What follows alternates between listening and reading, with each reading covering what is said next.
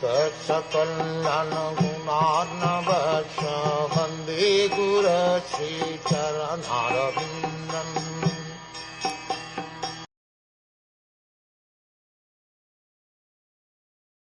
The great sage Narad told Dhruv Maharaj, "The instruction given by your mother, Suniti, to follow the path of devotional service to the Supreme Personality of Godhead is just suitable for you.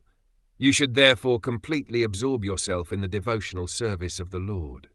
Dhruv Maharaj's demand was to achieve an abode even greater than Lord Brahma's.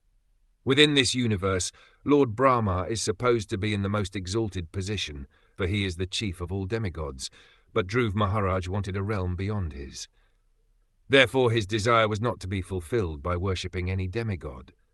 As described in Bhagavad Gita, the benedictions offered by the demigods are all temporary. Therefore Narad Muni asked Dhruv Maharaj to follow the path recommended by his mother to worship Krishna, Vasudeva. When Krishna offers anything, it is beyond the expectation of the devotee.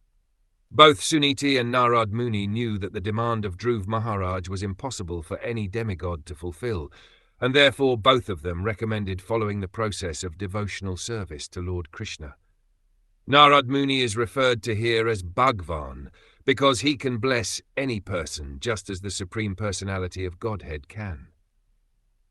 He was very pleased with Dhruv Maharaj, and he could have at once personally given whatever he wanted, but that is not the duty of the spiritual master.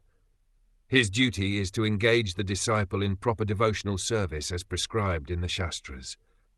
Krishna was similarly present before Arjuna, and even though he could have given him all facilities for victory over the opposing party without a fight, he did not do so.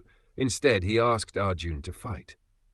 In the same way, Narad Muni asked Dhruv Maharaj to undergo devotional discipline in order to achieve the desired result.